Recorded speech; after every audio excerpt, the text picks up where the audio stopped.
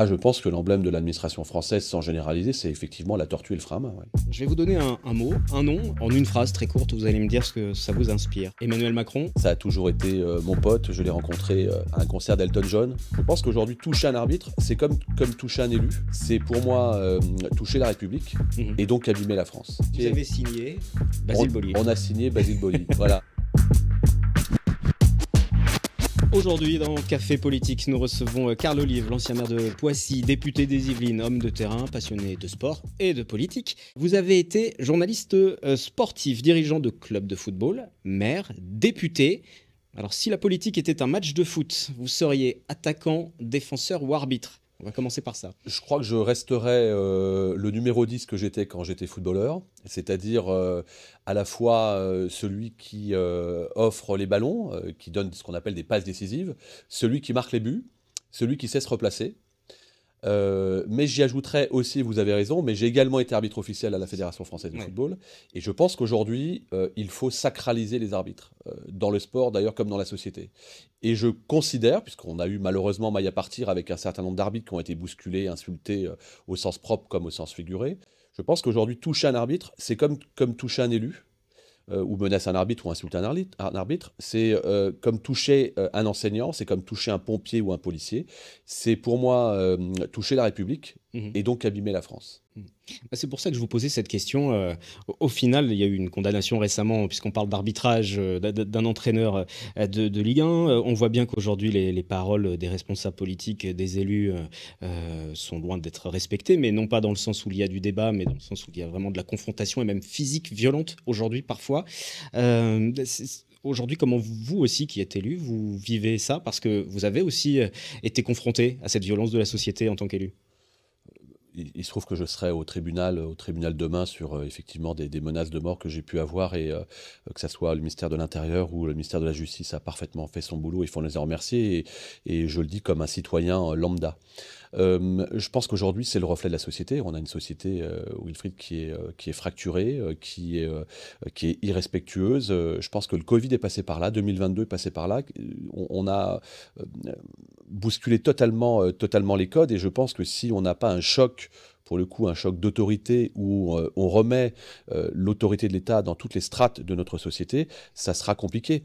Parce qu'il ne faut pas laisser passer ça aux extrêmes. C'est pas le fonds de commerce de l'extrême droite que de faire simplement appliquer les règles du jeu dans le sport ou dans la société, comme moi, modestement, j'ai pu le faire lorsque j'étais maire de Poissy.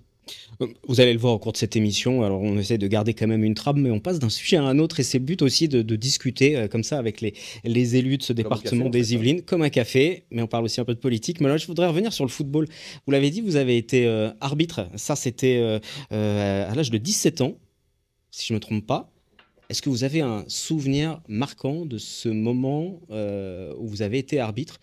Peut-être le premier carton rouge, comment vous êtes rentré sur la pelouse, qu'est-ce qui vous a marqué, première image qui vous revient aujourd'hui?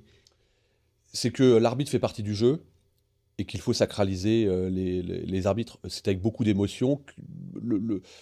Un match de football comme un match de rugby, comme un match de tennis, sans arbitre, il n'y a plus de sport. Et ça, je l'ai toujours eu, moi, chevillé au corps. Ensuite, dans les souvenirs que j'ai pu avoir, c'est beaucoup de respect, parce que, encore une fois, l'arbitre, c'est 17 lois du jeu, et 17 lois du jeu, un peu comme le député qui était un législateur, Mhm. on fait appliquer la loi et on ne l'interprète pas. Et je me souviens très bien, lorsque j'avais 17 ou 18 ans, un très beau souvenir d'avoir arbitré la finale du tournoi international des moins de 13 ans au PSG. Je ne savais pas à l'époque que j'en deviendrais un des rouages en termes de directeur des sports de Canal et plus tard diriger un club de football comme Poissy Mhm. ou être aux côtés de Michel Denisot, qui a été un très grand président du Paris Saint-Germain, comme vous le savez, entre 1991 et 1998. Mhm. Vous avez mis beaucoup de cartons rouges, Pas trop, pas trop. J'étais pas un trop brin, sévère. j'étais un brin taquin parce que lorsque vous avez été joueur, vous connaissez, vous sentez un peu les choses. Mhm. Et quand on se fait respecter, on est respecté. Et quand on a de l'autorité, il n'y a pas besoin de tomber dans l'autoritarisme. Donc du sport, journalisme sportif, vous l'avez dit, vous avez dirigé le service des sports de Canal, ensuite maire, député, parcours atypique. Quel a été le déclic? À quel moment vous vous êtes dit, mon évolution logique, c'est de passer à la politique? En fait, je me suis jamais posé cette question, Wilfried. J'ai toujours été, comme je le dis, acteur de ma vie, jamais spectateur de celle des autres, depuis que je suis gamin. J'ai toujours voulu faire un métier, ou en tout cas des métiers, puisqu'on n'est plus dans je dirais, les 30 glorieuses, on était dans une espèce de mobilité sociale verticale où le papa était électricien. Moi, ça a été mon cas. Il a été ouvrier aux installations électriques à PSA, Simca, Chrysler, et que mes quatre frères ont fait l'école Chrysler, par exemple. Bon, c'est plus ça aujourd'hui. Donc, on a des métiers. Et moi, j'ai toujours voulu faire un métier à vocation publique, où on donne de soi, où on aime les gens. Et je lis dans le bouquin, aimer les gens, ça s'apprend pas dans le dictionnaire. Mhm. Et moi, j'ai toujours été voilà, passionné par l'autre, et avec beaucoup, je crois, de générosité. Et quand on a été journaliste, qu'on a été président d'association, qu'on a été maire, qu'on est député, que vous chantez sur scène, que vous faites des présentations d'émissions, etc., vous en savez quelque chose, Wilfried, on est toujours lié finalement à une relation avec le public, quel qu'il soit. Mhm. Et ça me plaît beaucoup. Mais j'ai jamais eu une carrière programmatique. Jamais, Mais la jamais. politique était quelque chose qui vous intéressait néanmoins et que vous suiviez. Pas du tout. Pas du tout. Pas du tout. Non, non, non. J'ai On absolument. parlait pas politique à la maison. Non, non, non. On n'a jamais parlé politique à la maison. Non, non. On a parlé de joie de vivre. On a parlé de respect. On a parlé de valeur travail. Mais on parlait pas politique. Moi, j'ai jamais imaginé être directeur des sports de Canal. Mhm. Je le suis devenu. J'ai jamais imaginé être maire de Poissy. Je le suis devenu. J'ai jamais imaginé être député. Je le suis devenu. En revanche, ce que je sais, c'est que je savais que je voulais faire quelque chose qui me plaise et que je puisse guider moi-même ma vie et qu'on me l'impose pas. Et j'ai toujours fait cela. Alors, dans votre livre qui est sorti début février, On n'est pas KO, vous dites un homme d'action, un élu efficace, justement. C'est quoi? Alors, je dis pas un élu efficace, je dis simplement un élu de terrain et un élu pragmatique. Moi, j'ai aucune velléité à être omniscient. Je sais que je ne sais pas, et je pense que les Français sont capables de tout entendre. Ce qui est possible ou ce qui n'est pas possible. Encore faut-il leur dire, plutôt que d'attendre des mois et des mois avant d'avoir une réponse, et commencer par les principaux acteurs, c'est-à-dire le terrain. Moi, j'ai toujours commencé par le terrain. Quand j'étais maire de Poissy, entre 2014 et 2022, ce qui a été pour moi une expérience exceptionnelle, j'ai été, je crois, et nous avons été, c'était un travail d'équipe, l'une des villes les plus prolifiques en réunion publique. 120 réunions publiques entre 2014 et 2022. Parce que je crois à la démocratie de proximité. Et je crois à ce précepte de Jean-Jacques Rousseau, c'était hier, 1762, les maisons font la ville, mais les citoyens font la cité. Je pense qu'on est élu, on prend nos responsabilités, mais on doit aussi, de temps à autre, pouvoir les faire valider à nouveau par les habitants. Et si on s'aperçoit que ce n'est pas une bonne idée, on dit aux habitants, on s'est trompé, on fait deux pas en arrière et puis on avance. C'est Ça ce que vous je est me suis. arrivé sur des Bien sûr, sujets bien concrets, sûr. justement? Oui, bah par exemple, j'ai voulu rendre gratuit, ou plutôt payant, mais à 1 € la journée, un parking, par exemple, à la piscine de Poissy, où je trouvais qu'il valait mieux aller proposer aux gens de se garer sous la gare de Poissy, dans un parking municipal qui était à moitié vide. Et en mettant ce parking à 1 €, je me suis dit, on va inciter les gens à se rapprocher de la gare. Ça a été exactement le contraire, puisqu'ils n'ont pas payé les 1 €, ils n'ont pas plus fréquenté le parking municipal. En revanche, ils ont fréquenté les rues adjacentes, et les administrés ont gueulé comme des putois, pardonnez-moi l'expression, et ils avaient raison de gueuler. C'était une fausse bonne idée. Je pense que cette idée était bonne, elle n'a pas été validée par le terrain, ça coûte quelques deniers publics à la collectivité, mais a priori ça satisfait le plus grand monde. Donc on est reparti en arrière, et je pense que c'est comme ça aussi ce que les Français voient comme la lecture politique de la gestion de leur quotidien. Et c'est la méthode que vous détaillez, Ouais. que vous expliquez dans votre ouvrage, justement. Alors, juste avant ça, je vais vous donner un mot, un nom, et en une phrase très courte, vous allez me dire ce que ça vous inspire. Poissy. Le sang de la ville de Poissy coule dans mes veines. Chrysler. Chrysler, c'est l'histoire de la famille Olive, c'est l'histoire de mon papa, c'est l'histoire de mes quatre frères et de ma maman. Je sais ce que la ville de Poissy doit à Chrysler et aujourd'hui à Stellantis, et je sais aussi ce que Chrysler et Simca doivent à la ville de Poissy. C'est la raison pour laquelle, dès mon entrée dans l'action locale en tant que conseiller départemental, j'ai souhaité, avec le président à l'époque Alain Schmitt et aujourd'hui Pierre Bédier, continuer à soutenir l'activité automobile industrielle en Vallée de Seine et donc à Poissy. Emmanuel Macron. Je veux dire ce qu'il dit de moi. C'est-à-dire que Emmanuel Macron, avant d'être président de la République, il a été ministre de l'économie. Ça a toujours été mon pote. Je l'ai rencontré à un concert d'Elton John. Vous voyez, très loin de la politique. Et le président Macron me prend pour cette espèce d'empêcheur de tourner en rond qui lui dit non pas ce qu'il a envie d'entendre, mais ce qu'il pense être un service pour lui. Et je fonctionne avec Emmanuel Macron comme j'ai fonctionné avec Monsieur Péricard, avec Michel Platini, avec Michel Denisot, avec Pierre Bédier notamment, qui sont mes amis. Et puis ça vous a plutôt réussi, du coup, ne serait-ce que pour l'évolution, la suite, évolution aussi de votre carrière. Un dernier nom, Basile Boli. Basile Boli, c'est le Hugui les bons tuyaux du football. C'est celui qui nous a fait rêver en mai 1993 avec cette tête juste exceptionnelle à Munich. Et puis je vois où vous voulez en venir, Wilfried. C'est aussi celui qui m'a fait l'honneur de venir à la fois s'entraîner à Chatou lorsque j'étais président du club entre 1996 et 2004. Ensuite prendre une licence à l'AS Chatou par plaisir, par Donc, amitié. vous avez signé Basile Boli. On a signé Basile Boli, voilà. Mais moi, je suis je suis un mec d'amitié, voilà.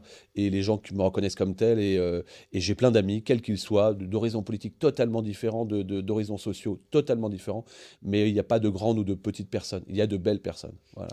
Paris ou Marseille, juste parce que Paris, non, on parlait beaucoup de Paris tout à l'heure, mais on parle quand même de Basile Boli. Oui, non mais Paris, jamais premier. Mais moi, vous le savez, je suis un amoureux de football. Alors c'est vrai que le Paris Saint-Germain, alors je suis né officiellement à la maternité de Saint-Germain-en-Laye, même si j'habitais Poissy à la Coudray avec ma petite maman et mes frères et sœurs et mon papa, 11e étage, 8 dans la famille, c'était quelque chose, avec une petite sœur qui va devenir internationale de football. Je ferme la parenthèse parce que sinon ça pourrait être très long.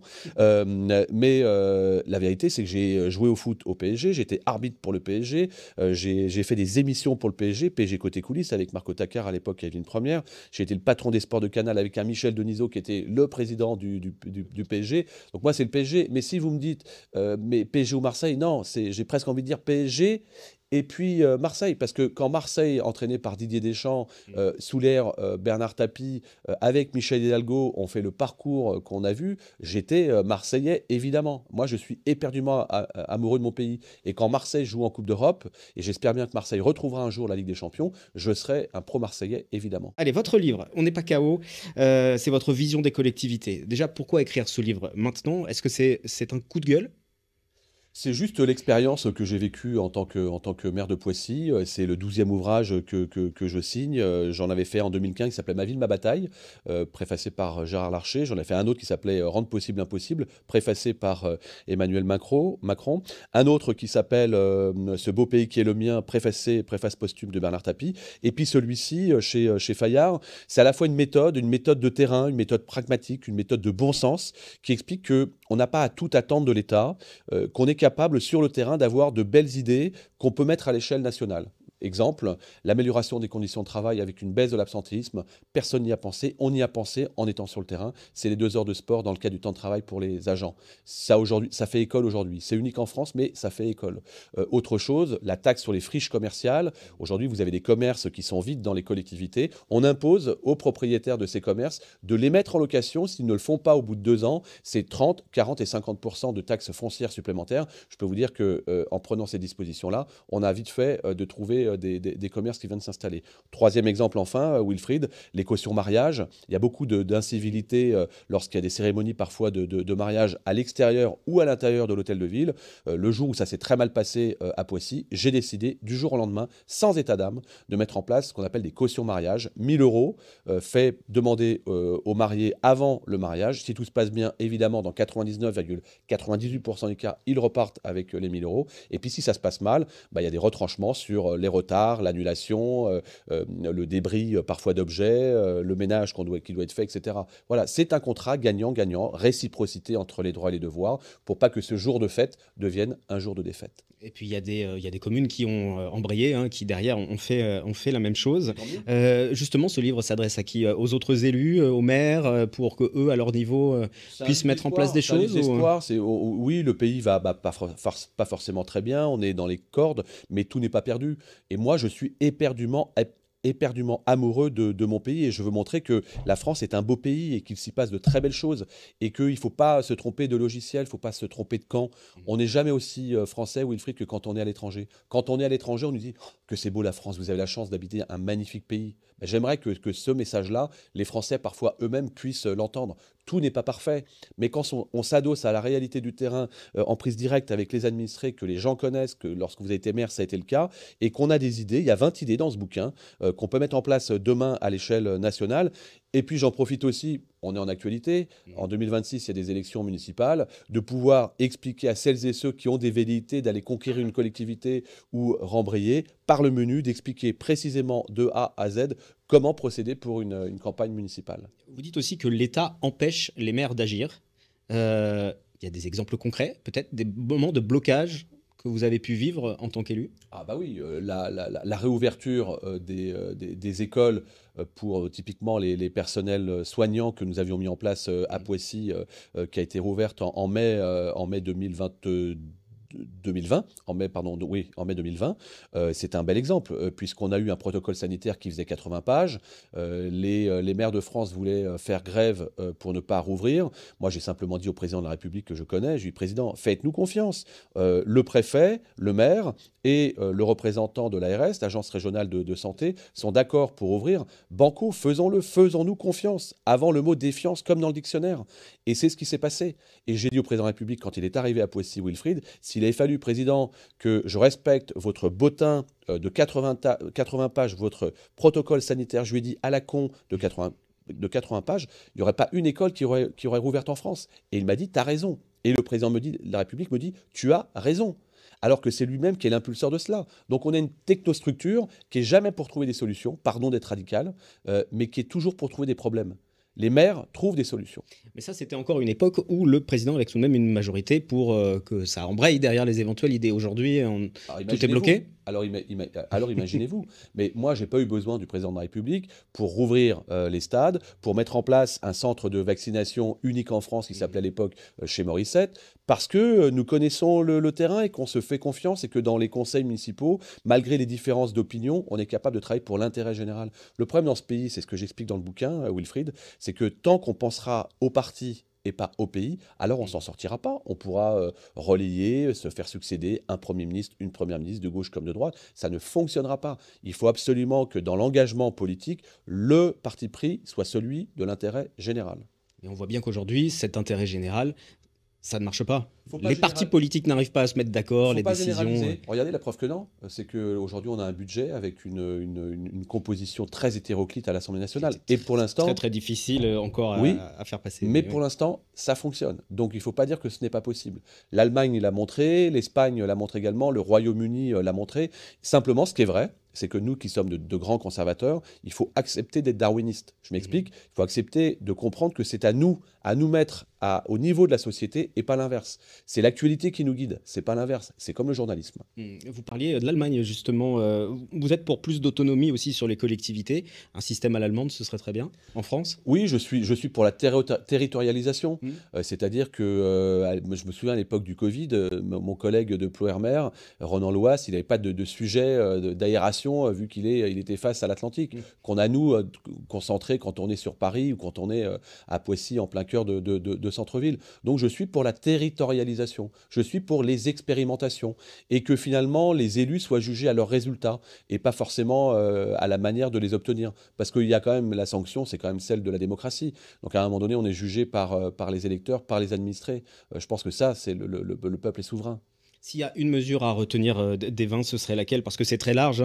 Vous parliez des mariages sous caution. On aurait pu parler aussi des stores déroulants pour rafraîchir les classes aussi. Ça fait partie des 20 propositions.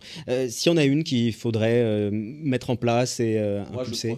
Je crois aux vertus du sport. Mens sana in corpore sano, un esprit sain dans un corps sain. Je crois aux vertus du sport. Et quand je vois qu'à Poissy, depuis bientôt 7 ans, on a généré à la fois 1 million d'euros d'économies et qu'on a permis à des femmes qui n'avaient jamais pratiqué d'activité physique et sportive parce qu'en rentrant à la maison, elle continuait de s'occuper du loulou, de la louloute ou de faire les devoirs, même si ça change, et tant mieux.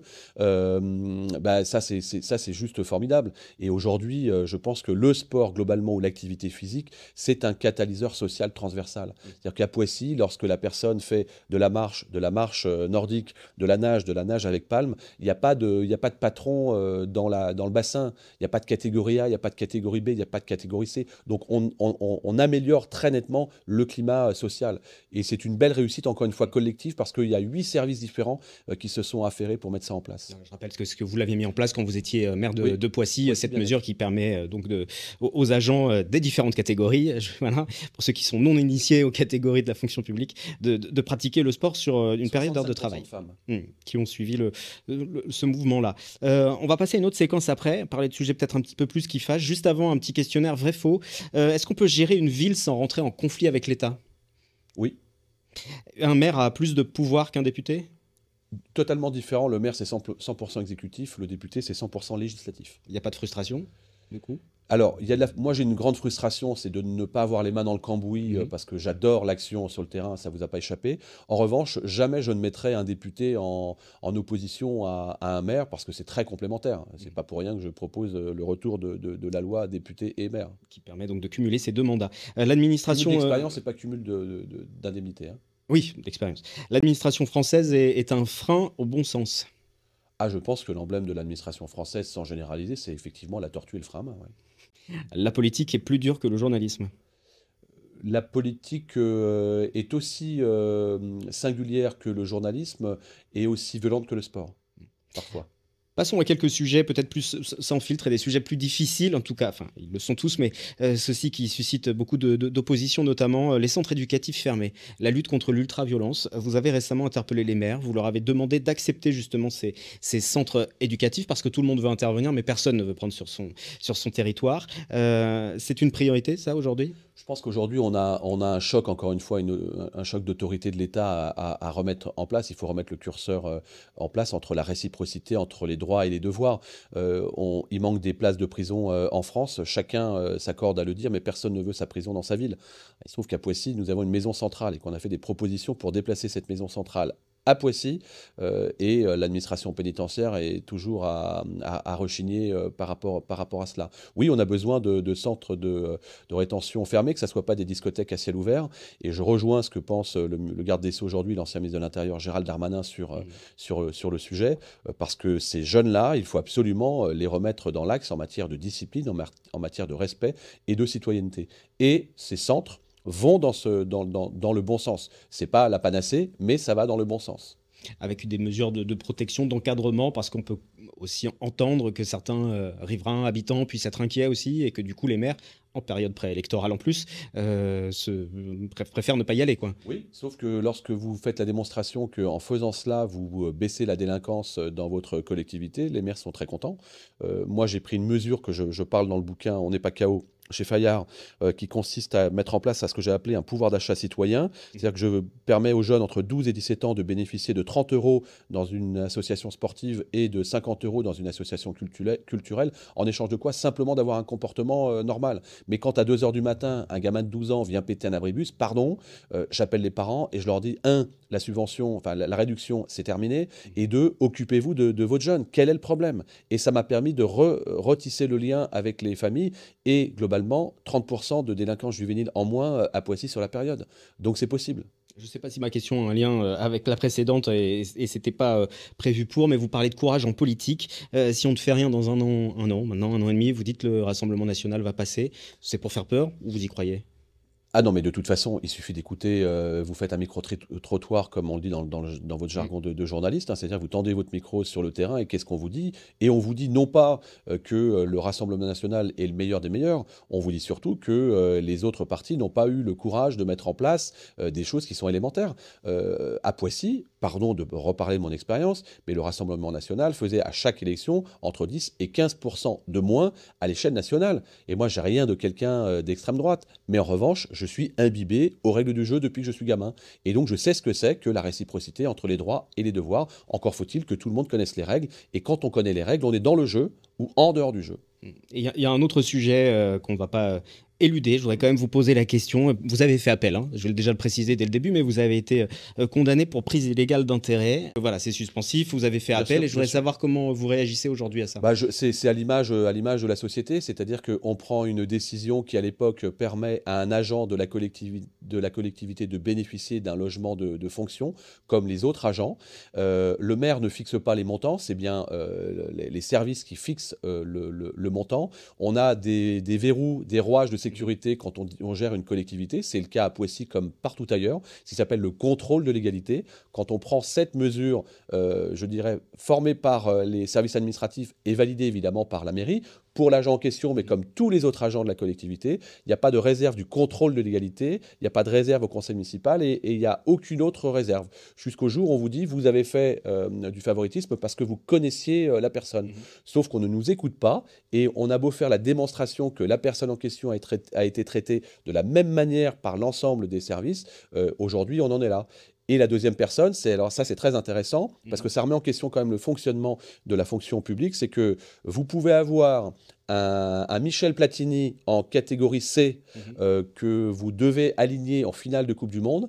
Eh bien, ce n'est pas possible dans la fonction publique. Il faut absolument qu'il ait passé des concours pour être en catégorie A. Quand bien même vous avez eu 6 candidats en catégorie A qui ont démissionné ou sont partis d'eux-mêmes entre 2008 et 2014, qui ont été très mauvais. Aujourd'hui, donc l'État et la justice reprochent au maire de Poissy que je suis d'avoir permis ce dispositif-là, alors qu'encore une fois, et moi je leur fais totalement confiance, ce dispositif a été proposé par la DRH, par la direction juridique de la ville de Poissy. Voilà où on en est aujourd'hui.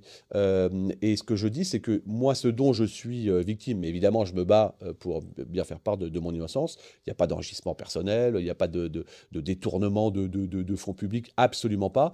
Mais ce n'est pas un signe qui encourage les maires de France à s'engager. Et quand on a 1200 maires de France qui démissionnent les uns après les autres, vous avez entendu il y a quelques heures Madame Aubry à Lille, ça en dit long quand même sur la capacité, la légitimité à pouvoir incarner cette fonction. Mais je ne me plains pas, je suis un justiciable comme tout le monde et je me battrai pour faire valoir mes bons droits. Mais vous parliez justement de cette difficulté des maires de prendre des initiatives, de faire des choix aussi quelquefois, et pour autant vous sortez ce livre, vous dites on n'est pas KO, il faut y aller et on peut quand même mettre en place des choses. Il faut avoir une certaine détermination en tout cas. Alors oui, on pourrait dire que dans le même moment où je suis condamné, et évidemment j'ai fait appel sur le sujet, j'ai 4 menaces de mort et il a fallu presque 10 ans pour que enfin quelqu'un soit jugé au tribunal. C'est pas comme si cette personne, une des personnes m'attendait avec une robe de chambre et une arme blanche pour m'égorger à la porte de chez moi. Donc vous voyez, il n'y a pas de poids, de mesure, je me plains absolument pas. Et encore une fois, c'est comme ça. Et je ne veux pas être mieux traité, mais pas moins bien traité que les autres. Alors pourquoi vous n'êtes pas retourné vers le football dans ces cas-là ? Vous n'avez pas eu envie, vous n'êtes pas dit un moment, bon, ok, c'est difficile, je suis déterminé, mais il y a un moment, pas du tout, ma passion, c'est le football, et il y a cette présidence de la Ligue de football professionnel qui peut m'intéresser. Pourquoi vous n'y êtes pas allé ? Wilfried, pas du tout, parce que moi, je suis passionné par ma fonction. Mais moi, vous ne pouvez pas imaginer comment je suis passionné par la ville de Poissy et passionné par la fonction de maire et celle de député. Je dis, hein, j'ai du sang de la ville de Poissy qui coule dans mes veines. Mais mes frères, ils sont nés, ils sont décédés, mes parents pareil. J'ai connu mon épouse à l'hôpital de Poissy, mais mes enfants sont nés là, on a grandi ici. C'est pour moi exceptionnel.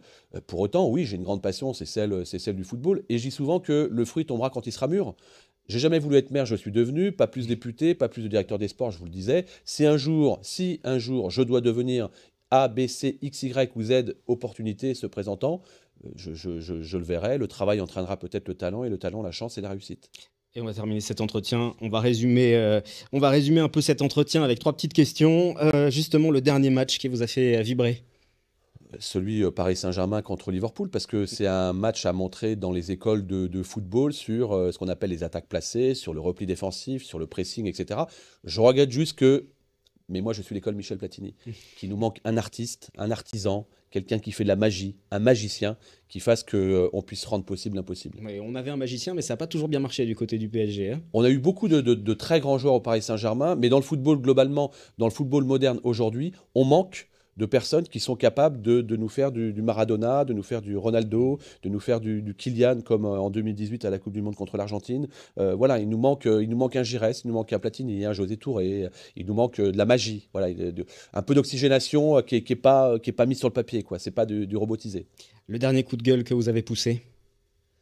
Le dernier coup de gueule que j'ai poussé, c'est, je crois, dans l'hémicycle, où moi, je ne peux pas imaginer que le pays ne passe pas avant les partis.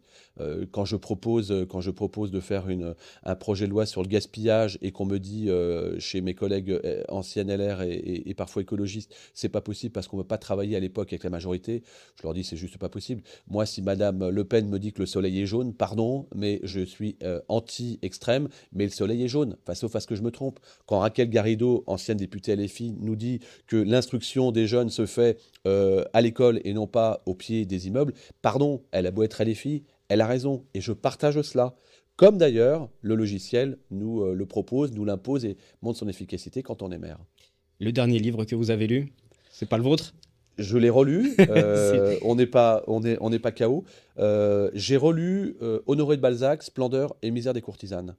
Dans un monde où il y a beaucoup de courtisans, Mhm. ça fait du bien de se replonger dans celles et ceux qui font que les Lumières et que ce beau pays mérite d'investiguer la culture.